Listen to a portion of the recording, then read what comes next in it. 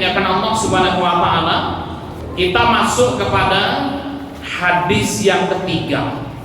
Kemarin kita sudah membahas hadis yang pertama, yaitu keutamaan orang yang mempelajari dan mengajarkan Al-Quran. Kemudian kita juga sudah bahas hadis yang kedua, pahala orang yang membaca Al-Quran. Nah, kita masuk kepada hadis yang ketiga, tingginya derajat orang yang membaca dan mengamalkan Al-Quran. Ya, tingginya derajat orang yang hafal, yang membaca, hafal dan mengamalkan Al-Quran. Baik, saya akan bacakan hadisnya, Bapak Ibu yang dimuliakan Allah Subhanahu wa taala. Ini hadis sahih diriwayatkan oleh Imam Muslim. Wa an Umar bin Al-Khattab radhiyallahu taala anhu. Ini hadisnya diriwayatkan oleh sahabat mulia Umar bin Khattab. Ya, Umar bin Khattab. Umar bin Khattab merupakan khalifah yang ketiga setelah khalifah yang kedua setelah Abu Bakar As-Siddiq. Wa an Umar bin Al-Khattab. Hadis ini diriwayatkan oleh sahabat mulia Umar bin Khattab radhiyallahu taala anhu. Anna Nabiyya sallallahu alaihi wasallam qala, bahwasanya Nabi sallallahu alaihi wasallam bersabda, innallaha, sesungguhnya Allah Subhanahu wa taala yarfa'u bihadzal kitabi aqwaman, sesungguhnya Allah mengangkat derajat seseorang dengan Al-Quran ini, wa yadh'u bihi akharin, dan merendahkan yang lain dengan Al-Quran ini. Hadis yang diriwayatkan oleh Imam Muslim. Bapak Ibu yang dimuliakan Allah Subhanahu wa taala, derajat hadis ini adalah hadis sahih. Sahih itu bisa diterima ya periwayatannya, yang diriwayatkan oleh Imam Muslim dan juga Ibnu Majah. Hadis yang semisal juga diriwayatkan oleh Imam Ad-Darimi dan Ahmad. Jadi ada hadis yang semisal seperti ini juga diriwayatkan oleh Imam Darimi dan Imam Ahmad. Apa faedah hadis atau manfaat dari hadis ini, Bapak Ibu, yang bisa kita ambil pelajarannya? Faedah yang pertama, Bapak Ibu yang dimuliakan Allah, ya, maksud dari orang yang Allah angkat derajatnya ya dengan Al-Quran ada 4. Ya, maka di dalam hadis ini disebutkan, ya, innallaha yarfa'u bihadzal kitab aqwaman, sesungguhnya Allah Subhanahu wa taala mengangkat derajat seseorang dengan Al-Quran ini. Apa maksudnya Pak Ustaz? Ya, Allah mengangkat derajat seseorang dengan Quran itu maksudnya apa gitu ya? Maksud yang pertama, Bapak Ibu yang dimuliakan Allah, orang yang beriman dengan Al-Quran dan mengagungkan Al-Quran akan Allah angkat derajatnya. Ini Bapak Ibu yang dimuliakan Allah Subhanahu wa taala. Dan alhamdulillah, insya Allah yang hadir di masjid ini semuanya beriman dengan Al-Quran. Bagaimana cara kita mengimani Al-Quran itu, Bapak Ibu, ya, agar kita diangkat derajatnya oleh Allah, yaitu kita meyakini bahwasanya Al-Quran adalah kalamullah. Apa itu kalamullah, Bapak Ibu? Firman Allah Subhanahu wa taala. Kalamullah. Jadi apa? Quran itu adalah firman-Nya Allah, perkataannya Allah. Munazzal ala nabiyhi Muhammadin sallallahu alaihi wasallam. Firman Allah yang diturunkan kepada Nabi Muhammad sallallahu alaihi wasallam. Jadi Quran itu, Bapak Ibu, diturunkan 2 kali. Yang pertama, Pak, diturunkan ya dari Lauhil Mahfuz. Apa itu Lauhil Mahfuz, Bapak Ibu? Jadi pertama kali Allah menciptakan sesuatu, yang Allah ciptakan itu pena, Bapak Ibu. Jadi Allah menciptakan kolam, itu pena. Kemudian Allah berkata kepada pena ini untuk tulis segala sesuatu yang akan terjadi di muka bumi ini, di alam semesta ini, dari awal sampai akhir. Maka segala sesuatu yang terjadi, yang ada di alam ini itu semuanya sudah ditulis di dalam Lauhil Mahfuz ini namanya. Ada orang yang namanya Mas Heri, ya, namanya Mas Bukhari, namanya Syahid itu sudah ada di Lauhil Mahfuz itu, ya. Jadi kita tidak perlu merenungi nasib, Bapak. Walah, opo ya aku biar tidak dilahirkan menjadi anaknya Pak Habibie, nah, itu banyak. Kenapa nggak dilahirkan jadi anaknya Pak Jokowi, gitu ya, anaknya presiden, gitu, banyak. Nah itu kemudian Anda perlu disesali. Ini kita dilahirkan dari siapa? Kenapa? Karena semuanya itu sudah diatur di dalam Lauhil Mahfuz, Bapak. Ya. Suatu hari datang seorang ibu-ibu yang kemudian menceritakan penyesalannya dia menikah dengan suaminya. Duh Pak Ustadz, ini seperti ini. Wah, menyesal. Anaknya sudah banyak, Pak. Maka kemudian kita jawabnya simpel aja, Bu. Ibu yakin nggak dengan takdir itu? Ya, yakin, Pak Ustadz. Nah, ini ibu seneng nggak kalau sama anak-anak? Kalau sama anak-anak saya seneng, Pak Ustadz. Ini hiburan saya, kan? Anak-anak ibu yang namanya fulan-fulanan ini itu tidak akan pernah lahir dan tidak akan pernah ada di dunia kalau ibu tidak menikah dengan suami ibu itu. Nah, jadi Bapak Ibu yang dimuliakan Allah Subhanahu Wa Taala, ya, anak-anak kita yang lahir di muka bumi ini tuh, ya, sudah ditulis di Lauhil Mahfuz. Yaitu pernikahan antara fulan dan fulanah melahirkan anak ini. Nah, ini maka Bapak Ibu yang dimuliakan Allah Subhanahu Wa Taala, segala sesuatu sudah tertulis di Lauhil Mahfuz, termasuk Al-Quran. Sudah ada di Lauhil Mahfuz, kemudian diturunkan oleh Allah Subhanahu Wa Taala 30 juz ke Sama'id dunia. Sama'id dunia itu langit yang bisa kita lihat ini. Itu 30 juz diturunkan. Kemudian diturunkan setara mutadarijah. Mutadarijah itu ya satu ayat, satu surat gitu. Ya, kepada Nabi Muhammad SAW selama 23 tahun lebih beberapa bulan. Sampai kemudian akhirnya sempurna turun kepada Nabi Muhammad, ditulis oleh para sahabat, ada mushaf yang kita baca ini, Bapak Ibu. Nah, ini kita yakin bahwasanya Quran adalah firman Allah yang diturunkan kepada Nabi Muhammad Sallallahu Alaihi Wasallam.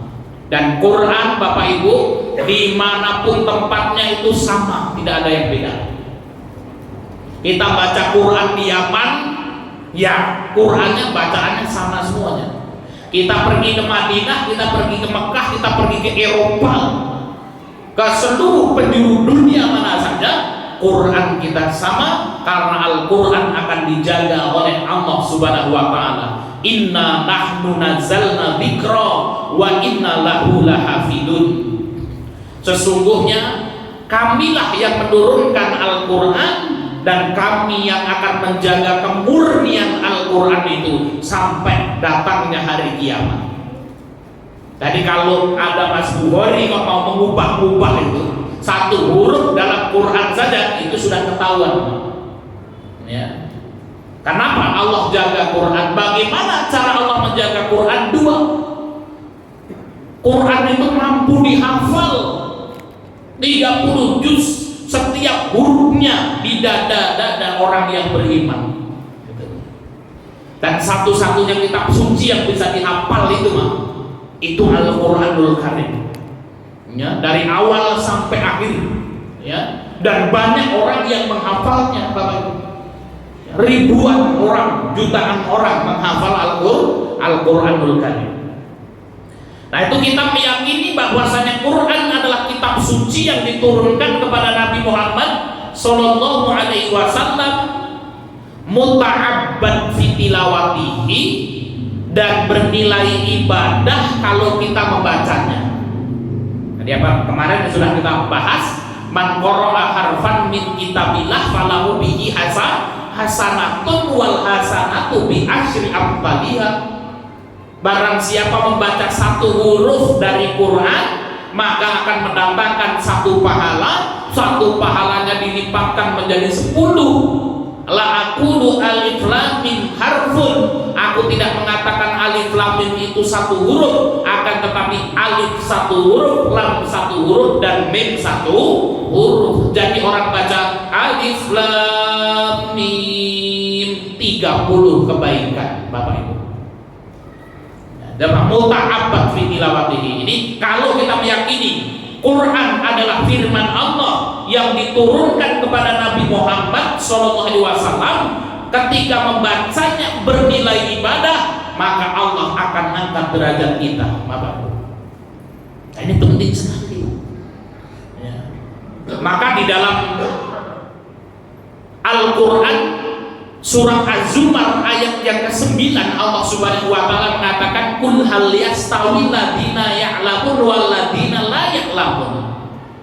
Katakanlah, apakah sama antara orang yang mengetahui, antara orang yang berilmu dengan orang yang tidak berilmu? Itu beda, Bapak Ibu yang dimuliakan Allah Subhanahu wa taala. Orang yang berilmu Allah akan angkat derajatnya. Contoh, Bapak Ibu yang dimuliakan Allah Subhanahu wa taala, ya, nanti kita agak nyeleweng sedikit tapi ini penting. Orang yang mengetahui tentang hukum Islam, Bapak Ibu, nanti ada ilmu fikih itu, ya, tentang hukum Islam. Hukum Islam itu ada 5. Yang pertama wajib. Apa itu wajib, Mas Heri? Kalau dikerjakan mendapatkan pahala, kalau ditinggalkan berdosa, itu wajib.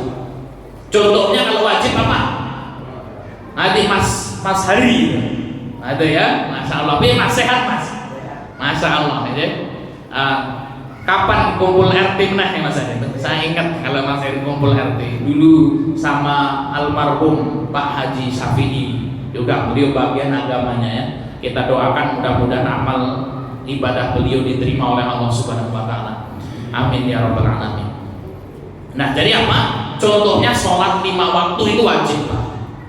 Yang kedua ada yang namanya sunnah. Sunnah itu apa, Pak? Sunnah itu kalau dikerjakan mendapatkan pahala, kalau ditinggalkan tidak berdosa, itu sunnah. Yang ketiga itu mubah, Pak. Dikerjakan nggak dapat pahala, ditinggalkan juga nggak berdosa, itu mubah. Makan, minum, dan lain sebagainya. Kalau sunnah sholat duha, sholat rawatib, dan lain sebagainya. Nanti kita akan lihat, Pak, itu pentingnya pengetahuan tentang ini.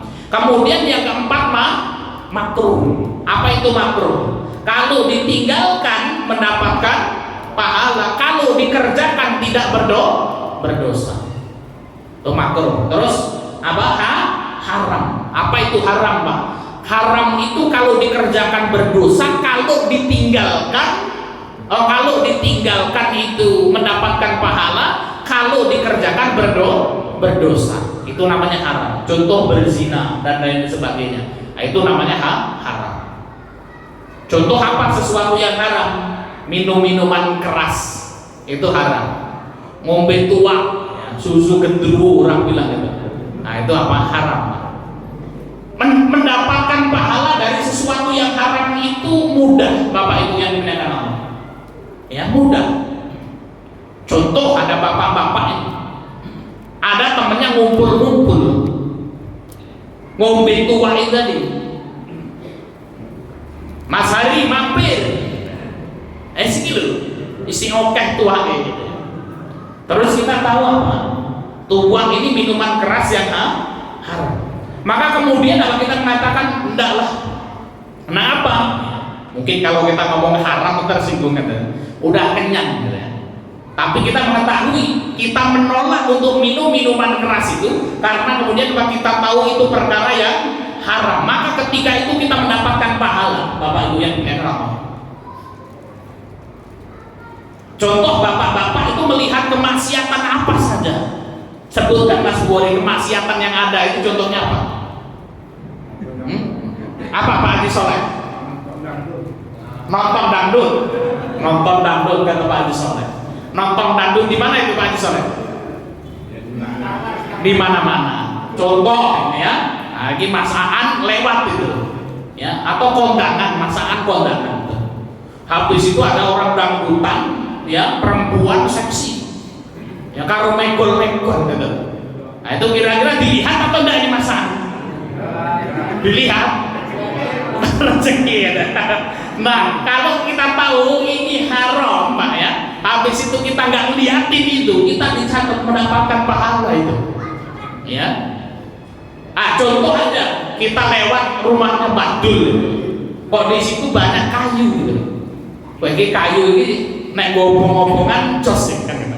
Tapi kemudian apa? Kita tahu itu haram, kalau kemudian nyolong itu, kita nggak ngambil kayu itu, Bapak Ibu yang dimuliakan Allah Subhanahu Wa Taala, kita mendapatkan pahala dari Allah Subhanahu Wa Taala.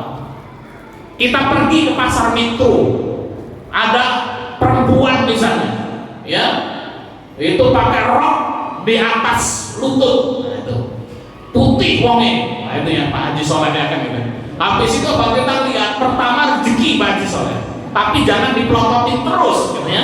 Oh kita tahu itu haram, kita mundurkan kepala kita, ketika itu kita mendapatkan pahala dari Allah Subhanahu Wa Taala. Jadi cukup dengan menghindari Pak.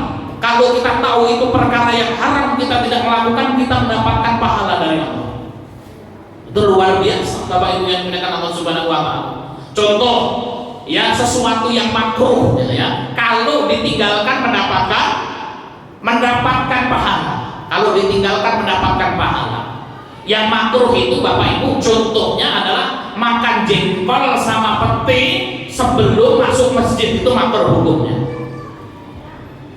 Ba'da maghrib kita diundang ke tempatnya Pak Habib, tak makan, ya. Di situ ada jengkol sama pete, Pak. Cocok kata Pak Haji kan, gitu ya. Di situ ada jengkol sama pete. Ada Mas Heri ini memang nggak suka sama jengkol sama pete itu, gitu ya. Maka kalau Mas Heri itu meniatkan apa? Oh ini dilo meneh mau sholat isya, gitu ya. Arek mlebu masjid. Sudah ngapa Mas Heri kok nanti pangan? Siji aku ya seneng, gitu ya. Yang kedua saya niatkan untuk meninggalkan yang makruh. Nah ketika itu mendapatkan pahala, ya, kita sudah dihitung mendapatkan pahala dari Allah Subhanahu Wa Taala. Ya. Kita pulang ke rumah, istrinya cerewet Pak, wes macet kalau bebek, ya. Memarahi istri itu hukumnya haram, nggak boleh. Kemudian apa? Ya kita dimarahin sama istri kita, kemudian Pak kita diem, gitu. Kenapa? Kalau kita mukul itu haram. Ketika itu kita mendapatkan pahala. Satu, kalau bojone yo cetedi kan, gitu kan. Ya kemudian apa, kita niatkan, gitu ya, untuk menjaga istri kita, tidak memukul istri kita. Kenapa? Karena memukul istri itu hukumnya haram. Itu mendapatkan pahala. Jadi orang yang berilmu itu jalan-jalan naik sepeda, orang perempuan lewat, orang kaproan gitu misalnya, kan, gitu ya. Wah itu kemudian kita tundukkan pandangan kita dapat pahala. Itu luar biasa. Ya, maka kul hal yastawi ladina ya'lamun wal ladina la ya'lamun. Turu ketika ngaji itu hukumnya apa? Makruh, gitu ya. Habis itu apa? Ketika kita ngaji mau ngantuk-ngantuk gitu, menerang ngantuk, aku makan roti surya, gitu ya, sehingga kemudian tidak ngantuk, dapat pahala. Coba Pak, luar biasa sekali. Mengetahui kaidah halal, haram, wajib, sunnah itu saja, itu kita sudah mendapatkan pahala yang sangat luar biasa. Sore-sore lewat tempatnya Pak Habib ada jambu gitu. Wah ini kok matang-matang jambu ini. Pengen ngambil kita, namun kalau ngambil nggak ada orangnya nyolong, sehingga kemudian kita tidak jadi ngambil, kita lewat meroh jambu, bisa mendapatkan pahala dari Allah Subhanahu Wa Taala. Jadi luar biasa Bapak Ibu yang dimuliakan Allah Subhanahu Wa Taala. Ya maka orang yang berilmu itu kadang-kadang menengai, gitu. Tapi kemudian apa itu yang mendapatkan pahala yang sangat luar biasa. Contoh hari ini kan kita megang HP Pak, nonton Facebook misalnya, kan sering sesuatu lewat-lewat Mas Edi. Orang sing aneh-aneh lewat kalau didelok apa kemudian dilewati Mas Edi? Didelok dhisik. Jujur banget di bapak-bapak ya. Didelok dhisik kalau penasaran kan gitu ya. Kita lihat Facebook, kita lihat YouTube kan gitu. Loh, ada sesuatu yang nggak kena. Oh, ini haram gitu ya. Bismillah kita lewati kan gitu. Lah itu mendapatkan pahala, Pak. Screenshot kan gitu ya. Itu sudah mendapatkan pahala dari Allah Subhanahu wa taala. Kok penasaran Pak usah didelok dhisik kan gitu. Wis ndelok rada suwi kok haram iki ngene iki. Wis suwi ini ngomong haram kan gitu. Ya kemudian dilewati. Lah itu ya dapat dosanya, dapat pahalanya itu, Pak. Ini mengetahui kaidah halal, haram, wajib, sunnah itu sudah mendatangkan pahala dari Allah Subhanahu wa taala. Ketika kita sebagai seorang Islam yang meyakini bahwasanya Quran itu adalah kalamullah, Quran itu adalah firman Allah yang diturunkan kepada Nabi Muhammad SAW, kemudian kita mengagungkan Quran. Walaupun dia iso maca Quran gitu. Tapi nek krungu maca Quran kita krungokne artine pun kita juga enggak tahu apa kuwi kan gitu. Ya, tapi kita menghormati Quran itu, maka Allah akan mengangkat derajat kita. Luar biasa, Bapak Ibu yang dimuliakan Allah Subhanahu wa taala. Makna Allah akan mengangkat derajat seseorang dengan Quran adalah yang kedua, orang yang belajar Al-Quran dan mengajarkannya. Jadi kalau kita belajar Quran, Allah akan angkat derajat kita. Ketika kita mengajarkan Quran, Allah Subhanahu wa taala akan angkat derajat kita. Makna yang ketiga, Allah akan mengangkat derajat seseorang dengan Quran, yaitu orang yang mengamalkan kandungan Al-Quran. Nah, maka kandungan Quran itu yaitu dengan apa? Ilmu-ilmu agama yang dijelaskan oleh para asatid, para ustadz itu. Oh, kita belajar wudhu, kita belajar baca Fatihah itu, ya, seluruh amal ibadah kita sumbernya dari Quran. Maka ketika kita, bapak, ibu sekalian sholat maghrib, sholat isya, itu kita sedang mengamalkan Quran. Kenapa? Karena perintahnya ada di dalam Quran, wa aqimu sholat, dirikanlah sholat. Nah, ini dan yang keempat, bapak ibu yang dimuliakan Allah Subhanahu wa taala, yang akan Allah angkat derajatnya dengan Quran itu adalah orang yang menghalalkan apa yang dihalalkan Quran dan mengharamkan apa yang diharamkan Quran. Ya. Oh, minum-minuman keras haram dalam Quran, ya kita katakan haram. Berzina haram, maka kita katakan haram. Yang haram kita haramkan, yang mubah, ya, yang boleh ya kita lakukan. Nah, itu adalah orang-orang yang akan Allah angkat derajatnya, ya, dengan Al-Qur'anul Karim. Faedah yang kedua, Bapak Ibu yang dimuliakan Allah Subhanahu wa taala, dari hadis ini, 4 jenis orang tersebut adalah manusia yang paling mulia di dunia dan di akhirat kelak. Tadi kalau kita ini belajar Quran ya jarang-jarang, ya, mengajarkan Quran ya risau, ya. Minimal kita meyakini kalau Quran itu firman Allah, kita menghormati Al-Quran. Ada hukum-hukum di dalam Al-Quran, oh, ngombe tua hukumnya haram gitu, karena itu khamr, ya sudah kita haramkan. Walaupun kemudian apa, kita mungkin belum bisa meninggalkannya, itu. Tapi kita meyakini kan gitu. Dulu kan ada sahabat tuh yang luar biasa tuh, namanya Nuaiman tuh. Itu sahabat Nabi pemabuk yang sangat luar biasa. Masuk apa sahabat Nabi mabuk ada? Nuaiman itu sahabat Nabi SAW, pemabuk. Kalau diomongin sama Rasul, ya Rasul ya meyakini kalau khamr itu haram. Tapi nek wis ketemu kanca-kanca nek karo khamr kuwi ora tahan ngumpi gitu. Sampai kemudian mabuk-mabuk. Sampai sahabat-sahabat itu sudah itu Nuaiman iki sudah merokok ya. Wong beler beli nomor kuwi. Maka Rasul SAW mengatakan apa? Jangan engkau cela Nuaiman.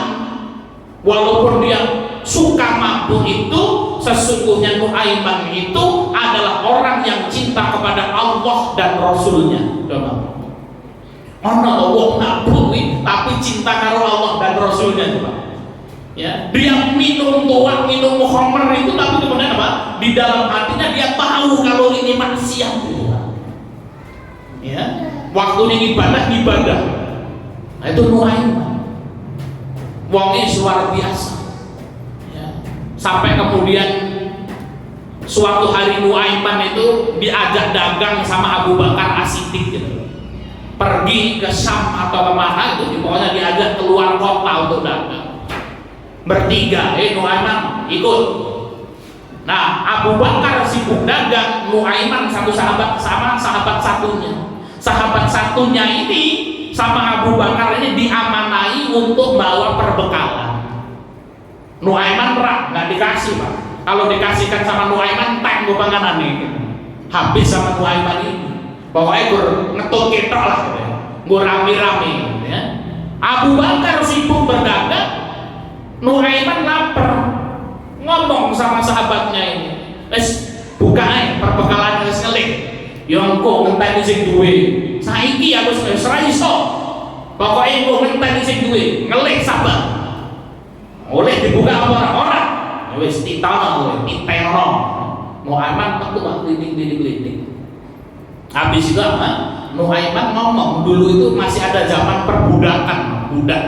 Jadi budak itu bisa dijual beli. Karena dia lapar, dia ngomong sama orang-orang pasar, ngomong pasar, aku duwe budak arek takdol murah. Nah, saya duwe budak arek takdol murah, sapa sing gelem tuku, ya. Tadi apa? Saya dagang, Mas Buhori karo Mas Heri tajak ning pasar kan gitu. Mas Buhori ngelik jaluk pangan ning Mas Heri kung ten usah sakit. Nah, Mas Buhori lunga ning pasar, sapa sing gelem tuku budak aku tuku budak takdol murah. Mas Heri didol karo Mas Bukhari. Itu kelakuan Nuaiman itu, Pak. Sahabatnya sendiri apa didol oleh duit gue tuku roti gue makan. Tahu-tahu ada orang datang, mana budaknya wahai Nuaiman, tuh budaknya ambil aja gitu ya. Akhirnya dibawa. Abu Bakar As-Siddiq pulang. Ayo Nuaiman, nanti koncone dhewe sijine rono. Starter, gue tuku roti di pangan gitu ya. Akhirnya dicari lagi, akhirnya kemudian dibeli sama Abu Bakar As-Siddiq, pulang ke Madinah diceritakan sama Rasul Sallallahu Alaihi Wasallam gitu. Sehingga dol ini wis ngomong gitu. Kita nana kok tak lapor ke karo baginda Nabi kowe tek nang Rasul Sallallahu Alaihi Wasallam. Sampai ke Madinah diceritakan ini sing didol mau cerita karo Rasul Sallallahu Alaihi Wasallam apa yang dilakukan oleh Rasulullah guyu-guyu ya tertawa gigi geraham beliau kelihatan. Habis itu sudah nggak dihukum Nuaiman. Kenapa? Ya jenengane Nuaiman ngomong wis apa jenengane wis ragu monceng ngono kuwi watak gitu. Rasulullah sendiri aja pernah dihapusi, Pak. Makan itu kan gitu ya, apa namanya di warung gitu ya. Ketika beliau lagi makan di warung, Rasul dipanggil, ya Rasul sini ya gratis kan gitu ya. Sudah seolah-olah Nuaiman itu kemudian apa gratis ke Rasul Sallallahu Alaihi Wasallam. Tapi Nuaiman ini ngomong, nanti kita mau makan sama Rasul sing bayar ya. Anda kemudian apa rampung sudah Rasul penak diwaya aku tak pamit lunga kan rampung mangane ditagih karo sing di warung, ya Rasulullah mana bayarannya? Loh bukannya tadi saya digratisi Nuaiman? Belum, kata Nuaiman, engkau yang suruh bayar ya Rasulullah. Nah, itu Bapak Ibu yang dimuliakan Allah Subhanahu wa taala. Ya, jadi apa? Ada juga itu dalam sejarah itu sahabat sing ngono kuwi, Pak. Tapi kemudian apa? Sesungguhnya Nuaiman cinta kepada Allah dan Rasulnya. Ada ilmu di dalam dadanya itu, Pak. Beriman. Yang mengagungkan Allah, mengagungkan Rasulnya, mengagungkan Al-Quran ya. Tapi ya itu jangan ditiru kan gitu ya. Seneng kono aku tadi Nuaiman lain rasakan gitu ya. Itu ya kalau dulu masih ada Rasulullah itu. Nah kalau hari ini ya digebuki uang bahkan. Maka Allah Subhanahu wa taala berfirman, yarfa'illahu alladziina aamanu minkum. Sesungguhnya Allah Subhanahu wa taala mengangkat derajat orang-orang beriman di antara kalian, walladzina utul ilma darajat, dan Allah Subhanahu wa taala mengangkat derajat orang-orang yang berilmu di antara kalian. Jadi Bapak Ibu, alhamdulillah kalau kita punya iman, kita meyakini la ilaha illallah tidak ada ilah yang berhak diibadahi secara benar melainkan Allah, ini derajatnya akan diangkat oleh Allah Subhanahu wa taala. Ya. Ditambah lagi kalau kita punya ilmu pengetahuan Bapak Ibu. Wah, ini ditambah lagi. Disebutkan ya di dalam riwayat itu, sesungguhnya kedudukan orang yang beriman dengan orang yang alim pada hari kiamat itu sejauh 700 derajat. Jadi Pak, itu surgane wong beriman tok. Namun dia tidak ngalim, nggak pernah ngaji. Nah, mudah-mudahan kita hadir di sini Pak, itu nanti kita menjadi alim, walaupun rumah ini sambil ngantuk-ngantuk loh Pak. Dan orang ilmu ini kan gitu, menambah derajat kita kelak di hadapan Allah. Ya, surganya orang yang beriman saja dengan orang yang beriman dan berilmu itu jaraknya 700 derajat Bapak di surga nanti itu. Ini orang yang beriman, ini orang yang berilmu. Satu derajatnya itu perjalanan 500 tahun Bapak. Coba bayangkan. Ya. Tadi kalau kita ini orang beriman itu, oh kita mau berkunjung ke tempat surganya orang yang berilmu itu, kiai sopo atau habib siapa gitu ya. Nah itu apa kita harus melewati 700 derajat, yang satu derajatnya itu 500 tahun perjalanan. Ya 500 tahun perjalanan kali 700 itu berapa? Itu jadi sangat jauh mendapatkan surga yang tertinggi. Nah maka Bapak Ibu yang dimuliakan Allah Subhanahu wa taala, ya minimal kita ini kalau nggak berilmu amat ya kita cinta sama ahli ilmi kan itu Pak. Ya siapa tahu kita mendapatkan syafaat kan gitu. Walaupun kita surganya nggak di atas gitu ya minimal pernah dolan kan gitu. Ya mampir-mampir sejam 2 jam ya kemudian berkunjung ke tempat apa surga yang lebih tinggi gitu Pak.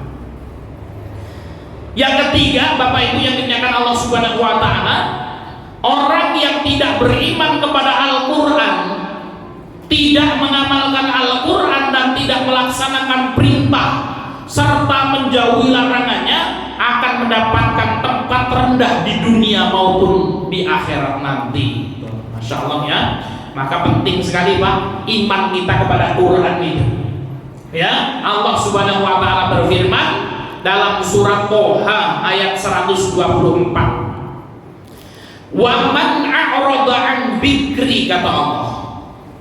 Wa itu dan man sapa wongi a'rada an dzikri, berpaling dari peringatanku, yaitu siapa saja yang berpaling dari Quran ya, peringatan Allah itu ya Al-Quran, fa innalahu ma'isyatan dongka, maka aku akan berikan kepadanya penghidupan yang sempit. Ini Pak ngeri itu ya. Jadi apa kalau kita nggak ngiman karo Quran itu Pak, itu ancamannya kata Allah Subhanahu wa taala, fa innalahu ma'isyatan dongka, aku akan berikan kepadanya kehidupan yang sempit. Pokoknya kurang terus itu. Ati ora tenang-tenang babar blas Pak. Harta banyak namun ujiannya juga apa menyibukkan pikiran kita. Itu ma'isyatan dongka itu seperti itu. Sugih ya rapatio-patio banget kan gitu ya. Neng kemudian apa? Ya alhamdulillah, apa-apa disyukuri Pak Ustaz kan gitu ya. Ya, semuanya disyukuri. Ya mau beli apa-apa sing penting cukup Pak Ustaz gitu ya. Arek tuku omah ya cukup duitnya kan gitu ya. Arek tuku motor duitnya cukup gitu ya. Arek tuku mobil duitnya ya cukup, ya jenenge sugih Pak Ustaz kan gitu ya. Ya walaupun kemudian apa pakai motor saja kita sudah tenang. Ya, orang koken utang Pak kan gitu ya. Kira-kira masaan milik mana itu? Pakai mobil Pajero nih utangnya oke, kreditannya oke, apa mau motor oblong kutuk sing penting ora duwe utang. Seneng sing ndi kira-kira masaan? Hah? Jet pribadi kan gitu ya. Nah, itu pilihannya bagus.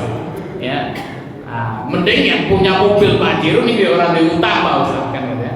Namun intinya Bapak Ibu yang dimuliakan Allah Subhanahu wa taala, kita lanjutkan sebentar ya. Kebahagiaan itu ada di dalam hati kita. Pokoknya kalau kita pandai-pandai mensyukuri Pak, insya Allah kita akan mendapatkan kebahagiaan itu. Ya, namun kalau kita tidak pandai bersyukur, ya sudah. Sampai hari kiamat itu juga kemudian apa? Kita tidak akan mendapatkan kebahagiaan. Ya. Punya uang berapa, gajinya berapa, disyukuri. Karena belum tentu yang gajinya banyak juga hidupnya bahagia. Apalagi sih duitnya sedikit kan, ya. Tapi kalau uangnya sedikit cukup barokah, itu insya Allah bahagia. Ya, kenapa? Orang yang duitnya banyak belum tentu bahagia. Contohnya pejabat-pejabat yang korupsi itu, gajinya banyak lah itu, puluhan juta. Kenapa kok masih korupsi? Karena kere. Kalau orang nggak merasa miskin kan nggak akan korupsi itu, karena kurang kan gitu.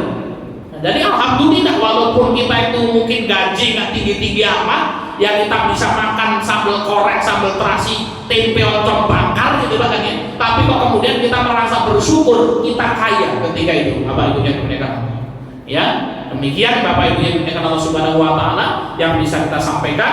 Intinya, ya hadis ketiga menjelaskan Allah akan mengangkat derajat seseorang dengan Al-Quran. Allah akan muliakan Ahlul Quran. Siapa Ahlul Quran? Orang yang mencintai Quran, yang mengimani bahwasanya Al-Quran dari Allah Subhanahu Wa Taala, kemudian bersemangat untuk membaca dan mempelajarinya.